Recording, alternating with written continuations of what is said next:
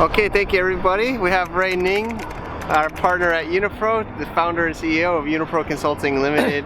Hi guys. What's up, buddy? What's up? Yeah, so we're here on the rooftop of the IFC, and It's beautiful. it's a beautiful day. So we just had lunch and talked business, and thought we would update a lot of people, clients and others are asking us, should I close my Hong Kong company? Is the climate happening today crazy? Should I go to Singapore or somewhere else? So Ray and I were talking about it. I have some points, and I'm going to read them off, and then Ray will and I will comment on each. So Sure. let's do this. Let's take a walk too. Okay. All right. So the first one is the Greater Bay Area GBA, right?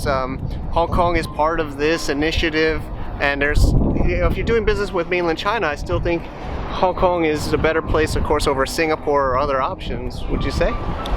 Well, yes, the Greater Bay Area included many cities, and one of the cities, obviously, is Hong Kong. So they have more measures and initiatives to have Hong Kong register business to do business in China. Yep. Well, while Singapore is located in Southeast Asia, so they are more close to ASEAN countries. So if you want to do business in China, I think Hong Kong is definitely still a better place because you got more support from the government. Yeah. Okay. But then I guess a pro for Singapore would be if you're doing business in Southeast Asia, Thailand, Malaysia, other places, that might be a better place for them. I think one of the greatest thing about Singapore is they have more double taxation treaties signed with countries. Okay, the double taxation, true. Yeah. So that means they wouldn't have to pay tax twice in the home country and, Yes. and Singapore. And that's correct. Okay, let's go to the next one. So the one I think is big is a lot of people like the offshore option in Hong Kong. There's also the offshore option in yeah, we'll go, sorry, we're figuring out where to go here. The offshore, so some Hong Kong is a little bit maybe easier, or some of the policies of the offshore claim in Hong Kong versus Singapore. I think you said the banking, and if you'd actually use the Singaporean bank, you will not be able to use the offshore option in Singapore. Yeah, so for people who want to apply the offshore status, something you gotta be careful because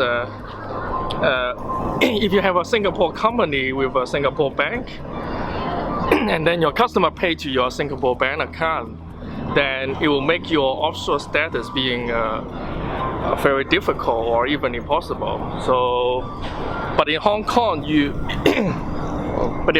there's no such a limitation. You can You have a Hong Kong bank and Hong Kong bank or overseas bank. It doesn't really affect your offshore status. cool. Yeah. That's a big one. I think the other one we actually had a podcast a long time ago about this, but in Hong Kong it's the local secretary requirement, where in Singapore it's local director, and that's a bit of a difference in cost and other things, right? Right, I think you are talking about in Singapore, they require you to have a local director Yeah, yeah. in the company structure.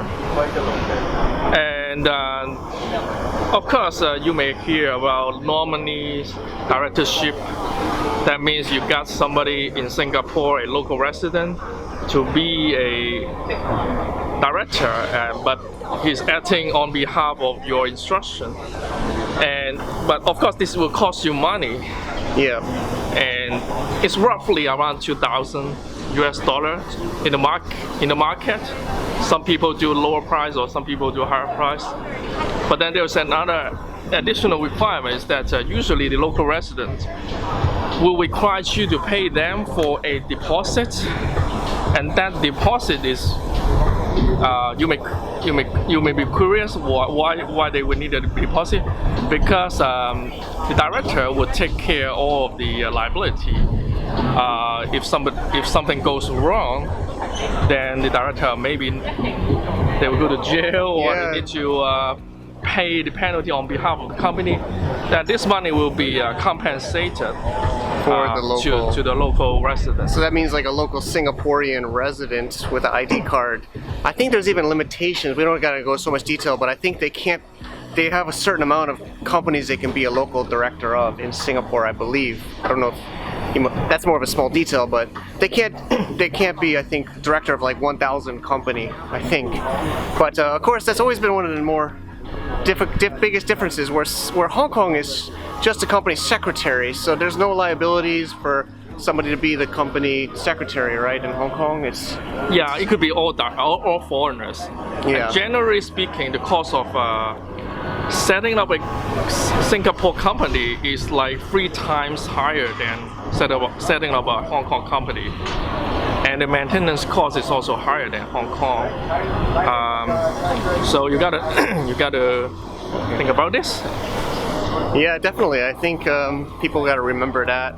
So another one that you just mentioned is a lot of people there's more investment opportunities or investment products in the Hong Kong market than in the Singapore market. Something like this, I think you just mentioned. Okay, yeah, we were talking about actually some people, some business owners, entrepreneurs, or some richy people, they are considering to move money into Singapore. Well, because the political environment there is more stable, but I think their financial products are not diversified. People move money there, but they still purchase the Hong Kong stock to make money. And also in Singapore, I think their real estate market is not as exciting as Hong Kong. So for those who want to invest, and I think it's more like it's a good environment to protect your asset. But if you want something exciting, then maybe Hong Kong is actually better. Cool. I think the last part, which is probably the biggest part maybe for people in today's market, is stability. I guess you have to stay would be safer in Singapore, right? That's why people have been talking to us at Unipro about maybe reincorporating to Singapore. Yes. I think, of course, there's no vandalism here, but you know, it's in October 2019. There's been a lot of vandalism and other scary things, but obviously Singapore, I guess, would win the case of financial stability. Yep. But I still think, I mean, I have my bank, my money here. Most people keep their money here, right? I mean, are people getting afraid of the financial stability in Hong Kong now? And yes. We're getting towards the end of 2019 as we record this. Yeah. I mean, should people be worried? Not to be over worried, but it's good to do something. But I think as you can see, people are still enjoying their life every day. Yeah. So no over worried, but just to get prepared. Maybe a diversification is also good. Yeah. But to put it simple, I think it's more about flexibility versus stability. If you want more stability, maybe Singapore is a better option for you. But if you want more flexibility, especially you are doing international trading, then I still think Hong Kong is a good choice. Okay, great. Awesome. So this is cool. We took a walk and we made some video after lunch. I hope you guys enjoyed. So of course we're here. Glow from Asia's official partner with Unipro, and you know, if you're interested, we're mostly still focused on Hong Kong business and corporation, right? Yes. Yeah. But we are also able to help you to set up Singapore companies. Okay. And also we are expanding the jurisdictions. And yeah, we've been busy. As I traveled down in Southeast Asia, you've been down there, and other jurisdictions in Asia. So uniprohk.com for the website, or other places. Of course, Global from Asia is happy to be a partner with Unipro. So maybe we'll get the last view of this Ferris wheel. Okay. And we'll wrap up today. Yeah. Is there anything else you'd like to add? I think we're good. We are all good today. The weather is it's perfect. A beautiful day. It's almost Halloween, and we're going into Yeah. But check this out.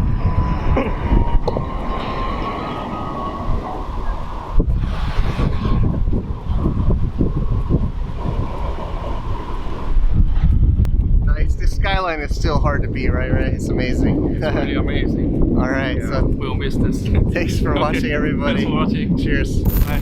Thank you so much for watching. If you enjoyed this video, please give us a thumbs up, subscribe, and also check out our Instagram at Global from Asia. Thanks again, and see you soon.